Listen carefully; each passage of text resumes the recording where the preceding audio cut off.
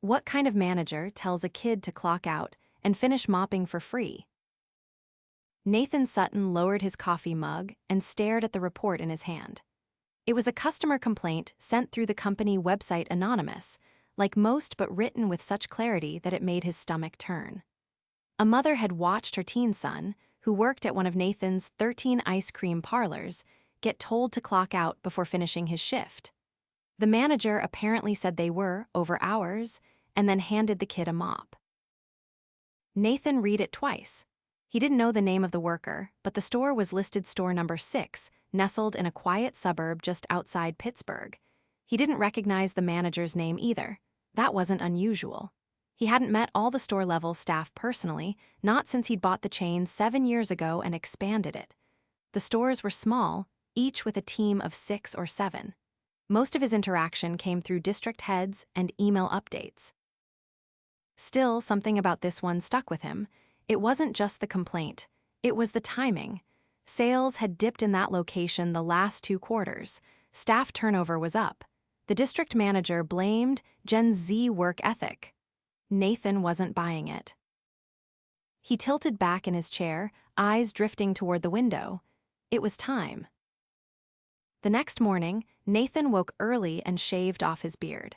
He dyed his brown hair a few shades darker and dug out old wire frame glasses he hadn't worn in years. He swapped his usual button-downs for a faded hoodie, jeans, and a pair of worn sneakers. He looked less like a CEO and more like someone applying for a summer job. He called the store pretending to be a college student looking for part-time work. The assistant manager, a woman named Kelsey, answered. They were short-staffed and desperate. She asked him to come in that afternoon. Training would start right away. Perfect. When Nathan arrived, no one recognized him. Why would they? He hadn't visited this store since the day he took ownership, and even then it had been quick. The original owner had been present for the handoff, and Nathan had stayed behind the scenes ever since. As he stepped inside, the place hit him with a wave of nostalgia. Waffle cone smell, soft hum of freezers, the jingle of the doorbell. But the charm ended fast. The store was dimly lit. One of the ceiling lights was flickering. A sticky trail ran from the counter to the back room. The bathroom had a sign that read out of order. Again. Kelsey met him at the counter. She was in her late 20s, chewing gum with a clipboard in hand. You Nate? He nodded. Yeah, just moved out here for school. Cool, we'll start you on cones and cleanup. Don't touch the register yet, that's for trained staff only. You'll get a shirt next week. For now, just wear black. He followed her behind the counter. The evening shift was starting. 2 other workers were there, a high school girl named Maddie, who barely said a word, and a tall, quiet 17-year-old named Avery. Nathan noticed Avery had earbuds tucked into one ear and was moving fast restocking napkins, wiping the counter, checking the freezer temp. Kelsey handed Nathan a mop. End of shift, new guy mops, that's how we do it. Sure, Nathan said, taking it without protest. For the next hour, he watched. Kelsey spent most of her time in the back room on her phone. Maddie worked the register, but kept glancing nervously at the line. Avery handled everything else, scooping, cleaning, helping customers with smiles that seemed real. The kid was good. Around 8, a woman came in with 2 kids. They looked tired. She asked for a sundae and 2 kids' cones. Her card was declined. Avery paused, glanced around, then leaned in and said softly, "Don't worry about it. You're good. Happens to everyone." The woman blinked. Are you sure? He nodded. Yeah, just a rough day. Enjoy the night with your kids. Nathan watched the whole thing. The woman mouthed a thank you and left, eyes glossy. A few minutes later, when the lobby was mostly empty, Kelsey came out. Did that lady pay? She asked. Avery didn't flinch. No, it was like $10. I'll cover it. Kelsey frowned. You're not supposed to do that. You know the rules. I know, Avery replied, wiping the counter. But it was just she had kids, Kells. I wasn't going to make them walk out empty-handed. You're not the hero of the story, all right? She snapped. Next time, don't. Nathan didn't say anything, but his jaw tightened. An hour later, closing time came. Maddie clocked out and rushed out the door. Avery lingered, still sweeping. Kelsey leaned by the door with her keys. Clock out, Avery, she said. I'm almost done mopping. You're over hours. Clock out and finish it anyway, or I'll dock you next week. Nathan stepped forward. I can do it. Kelsey looked at him. You sure? Yes, I don't mind. Avery gave Nathan a long look, then nodded. Thanks, man. They left. Nathan mopped in silence, the words echoing in his mind. Clock out and finish it anyway. The next day, he returned for his second shift. He kept an eye on everything. Same pattern: Kelsey on her phone, Avery doing most of the work, Maddie quiet and unsure. At one point, Kelsey snapped at a customer for asking for samples. We're not a buffet, she muttered under her breath. Nathan caught the customer's face, confused, embarrassed. Later, in the break room, Nathan sat beside Avery during their short break. He kept his tone casual. You always cover for people like that. Avery shrugged. If I can. I mean, it's just ice cream, but for some people, it's their day's highlight. Nathan nodded, then asked quietly, Does Kelsey always make you clock out early? Yeah, Avery said, eyes on the floor.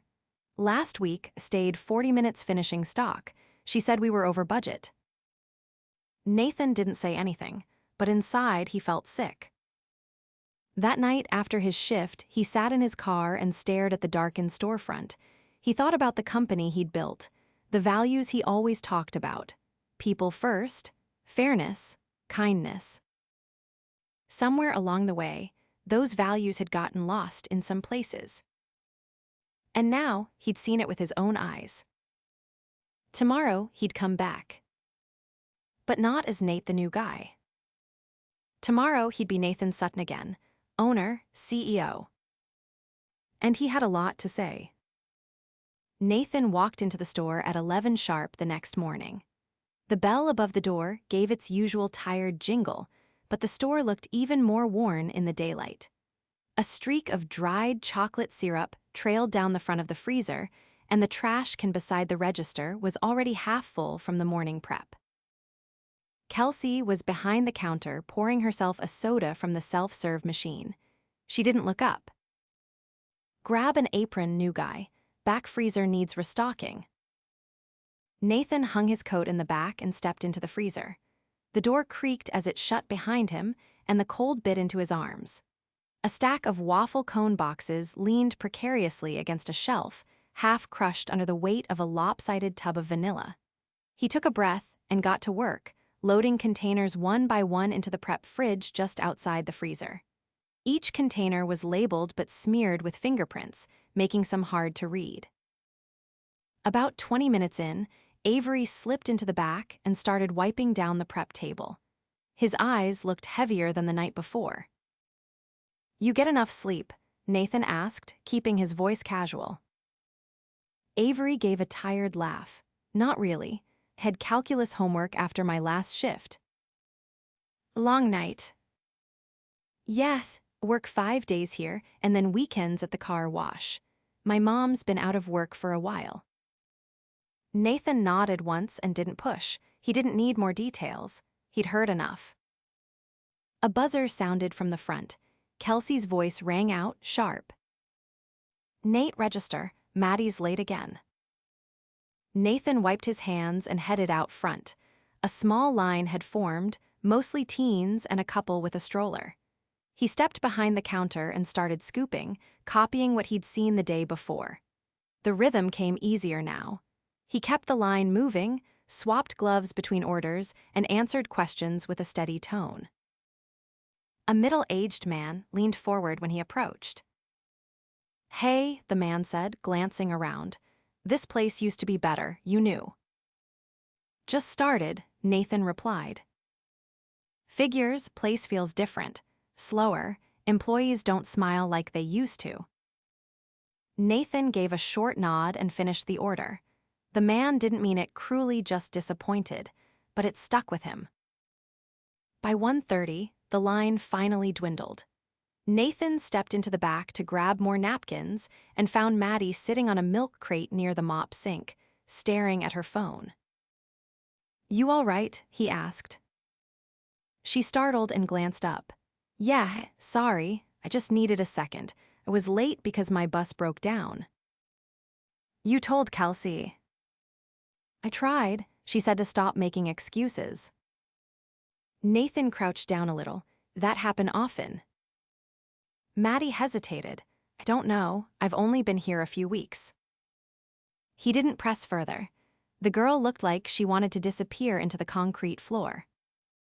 When he stepped back out front, Kelsey was laughing on the phone. One hand held the receiver, the other flipped through the schedule binder. "I'm not moving your shift again, Carly," she said, voice loud. "I don't care if your boyfriend's visiting, you work Friday." She slammed the binder, closed, and hung up. Nathan walked over. "We're short again Friday." "Yeah, what else is new?" she muttered. "Nobody wants to work." He glanced at the schedule. Avery was down for 5 shifts again. Kelsey had 2. Maddie had 3 short ones. A few names were crossed out, and 2 entire days were circled with red pen and the word cover scribbled across them. "Would it help if I picked up more hours?" he asked. Kelsey didn't even look up. "I'll let you know, you're still new." Nathan returned to the floor. At 3, a delivery truck pulled up. The driver stepped out, clipboard in hand. "No one unloaded last week," he said, "so got double inventory for you." Nathan and Avery spent the next 40 minutes hauling boxes into the back room: sugar, spoons, cups, sundae toppings. The freezer door stuck twice and the dolly's front wheel kept locking. Nathan's hands were raw by the end, but Avery didn't complain once.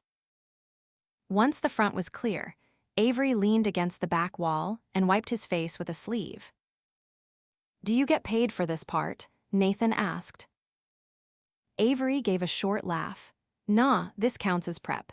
Kelsey says it's part of being a team player." Nathan didn't reply. He didn't need to. At 4:30, Kelsey called from the front. "Avery, you're over. Clock out." "I still need to wipe the cooler." "Clock out." Avery didn't argue. He stepped to the back, tapped the wall-mounted tablet, and came back with a rag in his hand. Nathan watched him scrub the inside of the cooler, shoulders hunched, moving slower now. By 5, the store filled up again. A soccer team came in, all shouting over each other. Avery stayed, unpaid, helping Nathan keep the line moving. Kelsey sat on a stool in the corner, scrolling through her phone. When a kid dropped a scoop on the floor, she sighed audibly. Nathan caught Avery's eye. The kid didn't even blink. He just bent down and cleaned it without a word. At 6, Avery finally stepped out. He didn't say goodbye, just nodded once and left. Nathan took over the register while Maddie served scoops. Kelsey disappeared into the back, and the next time he saw her, she had her jacket on. "Lock up when you're done," she said. "I've got a dinner thing." Nathan glanced at the clock. "You're off already."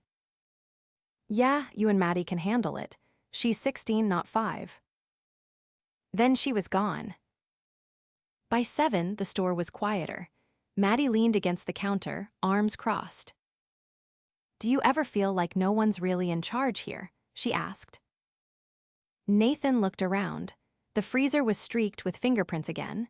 The sink had a tower of unwashed scoops. The trash was full. "I do now," he said. Before closing, he stepped outside to check the parking lot. Trash littered the sidewalk near the front bench. A used spoon lay half under the tire of a parked car.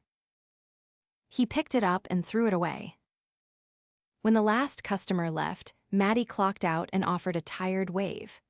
Nathan stayed behind, cleaned the machines, took out the garbage, locked the back door, and turned off the lights one by one. He didn't go straight home. Instead, he drove 20 minutes to the district office. The building was dark, but he had a key. Inside, he pulled up the employee records and found Avery's file. No disciplinary notes, no complaints. 14 months on the job. Availability listed as evenings and weekends, with a note from last fall, can't work mornings due to school. He cross-referenced the schedule records. Avery had been scheduled nearly every day for the last 6 weeks, more than 25 hours a week, often working past his listed availability. No overtime documented, no bonuses, no shift incentives. He moved on to Kelsey's file. 3 years with the company, promoted to assistant manager after only 8 months. Managerial training incomplete, no formal write-ups, but 3 employee complaints had been filed in the past 6 months, all marked resolved by the district manager. Nathan leaned back in the chair, the hum of the office fridge the only sound in the room. He stared at the screen, jaw clenched. He didn't need more time. He'd seen enough. He stood, shut down the computer, and locked the door behind him. Tomorrow, he wouldn't walk in as Nate.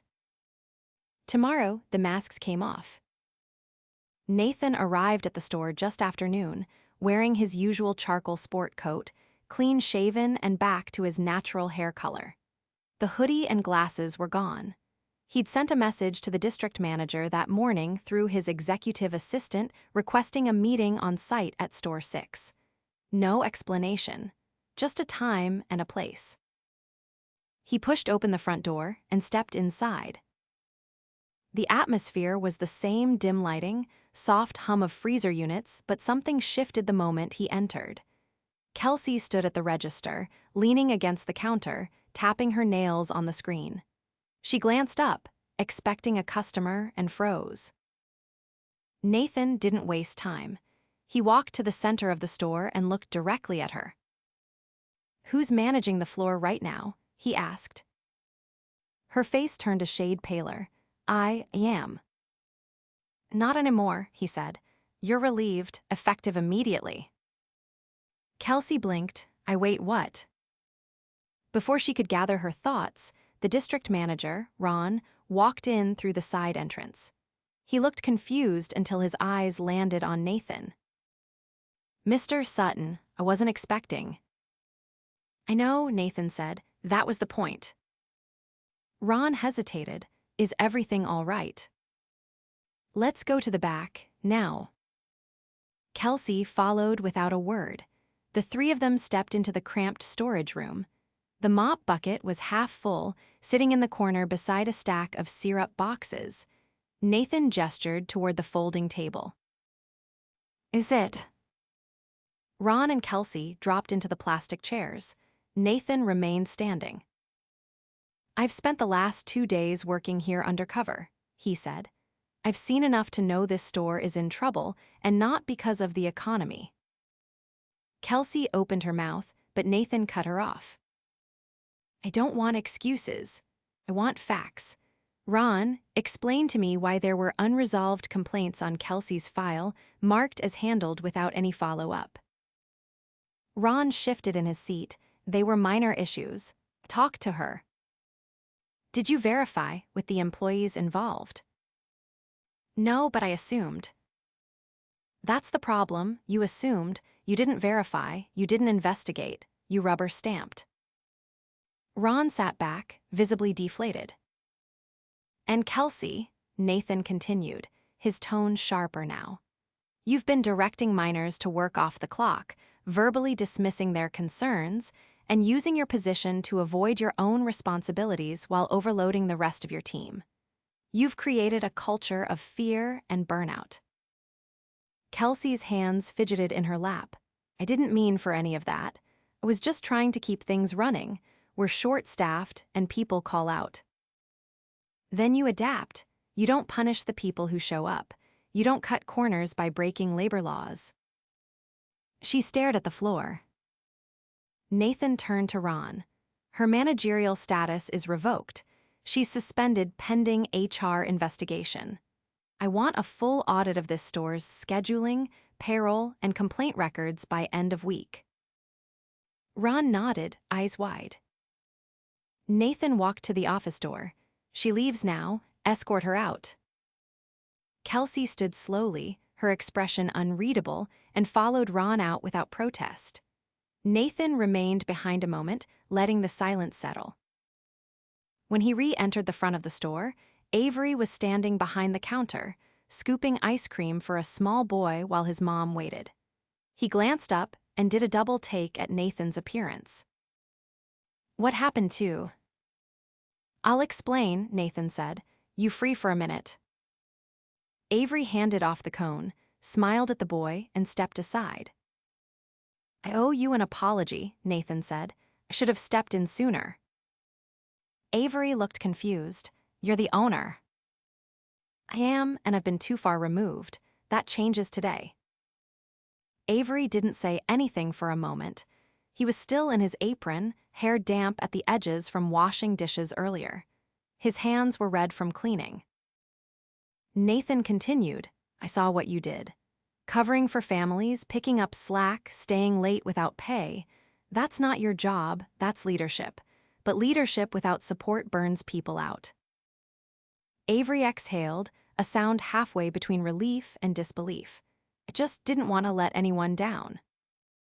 "You didn't," Nathan said. "They let you down, and I intend to fix that." He turned toward the back, then paused. "Do you have time to talk with me after your shift? I'd like to hear what you think this place needs." Avery nodded. "Yeah, I can stay." Nathan spent the rest of the afternoon observing.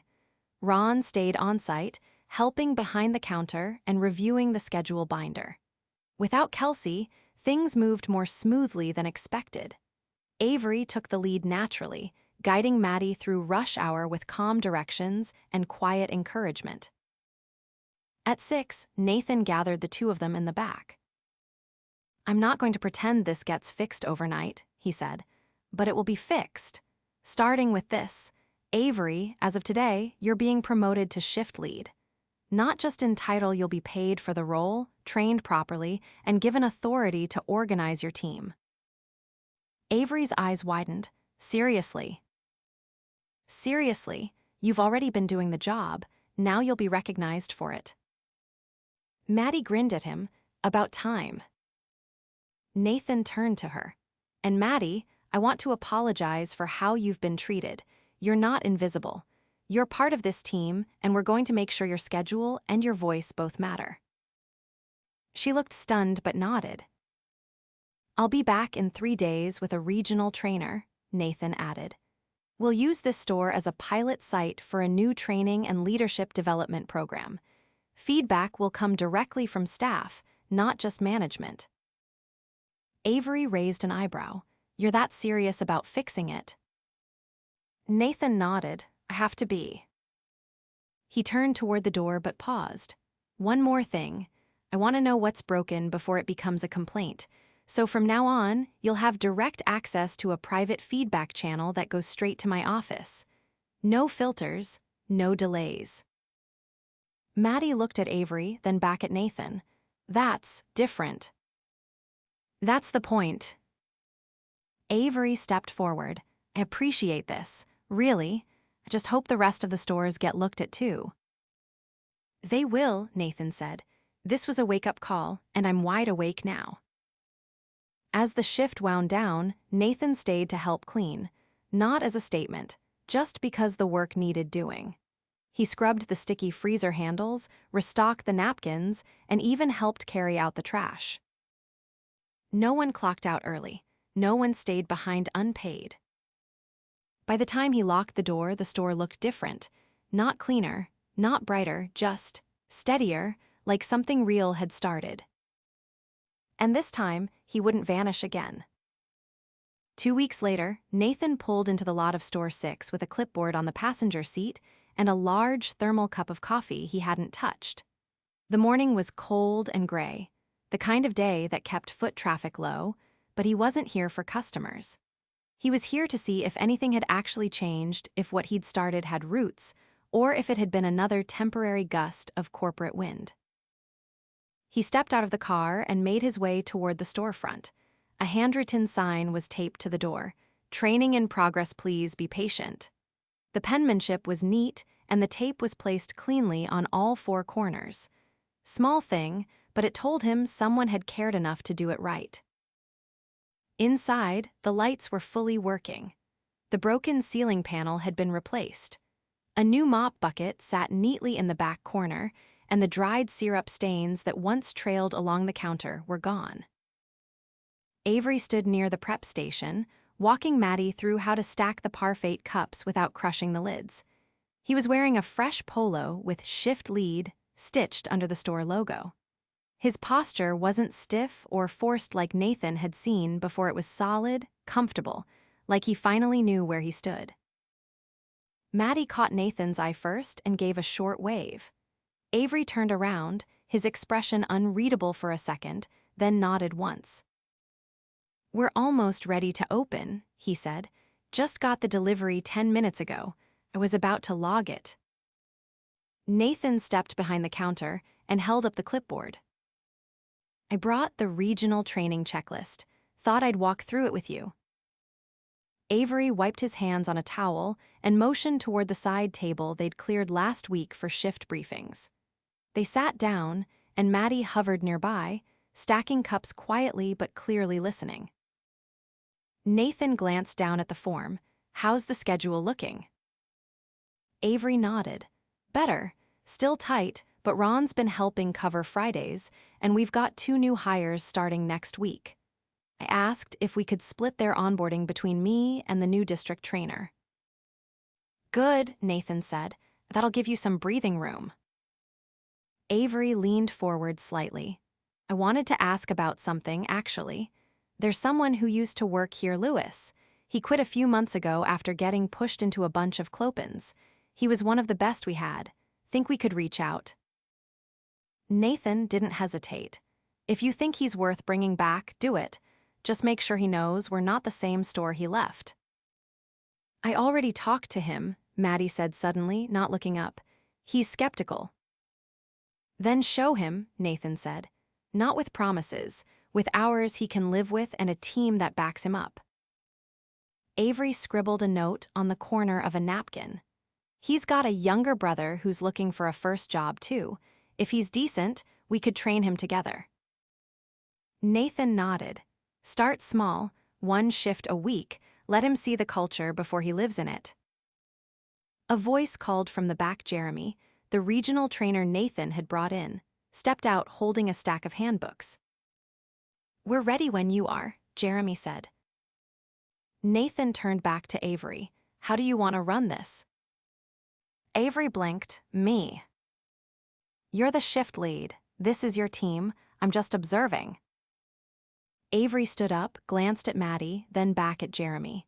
"All right, let's do it in 3 parts. First 30 minutes on safety and prep, then hands-on with the register and scooping. Last part, we go through the values section." Jeremy handed the books over. "Sounds good." The training lasted just over 2 hours. Nathan sat on a stool near the front, watching how Avery moved through it not as someone trying to impress, but as someone trying to build. He asked questions instead of barking orders. He corrected mistakes without shaming.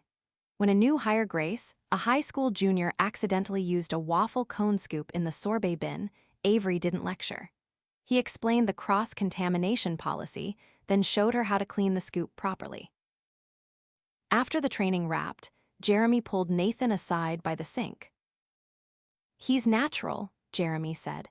"Rough around the edges, but give him 3 months and he'll be better than half your salaried managers." "He's got the credibility," Nathan replied, "built from the floor up." Jeremy nodded, then left to prep the materials for the next store.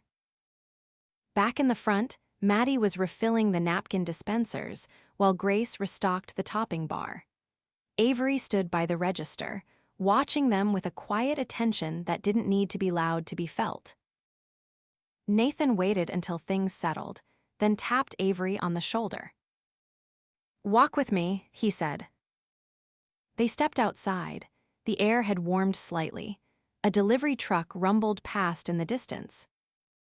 "I wanted to talk about next steps," Nathan said. "You've stabilized this store, but long-term you'll need backup." Avery raised an eyebrow. "You mean a co-lead or assistant?" "Eventually. But before that, I want to put you on the rotation for the peer leadership council we're forming. One rep from each region. You'll meet monthly to review store performance, training gaps, and employee feedback. It's not just symbolic, you'll have decision-making power." Avery crossed his arms. "Why me?" "Because you've lived through both sides of this place, and you didn't walk away. You stayed, you improvised. You didn't ask for permission to do the right thing." Avery looked down at his shoes, then back up. "You think that's enough?" "No," Nathan said. "It's the start. The rest is what you build with it." They stood in silence for a moment. "I've been thinking about what you said," Avery said finally. "About staying connected. That maybe the problem wasn't just the people in charge, but how far they got from the floor. That's what I don't want to lose."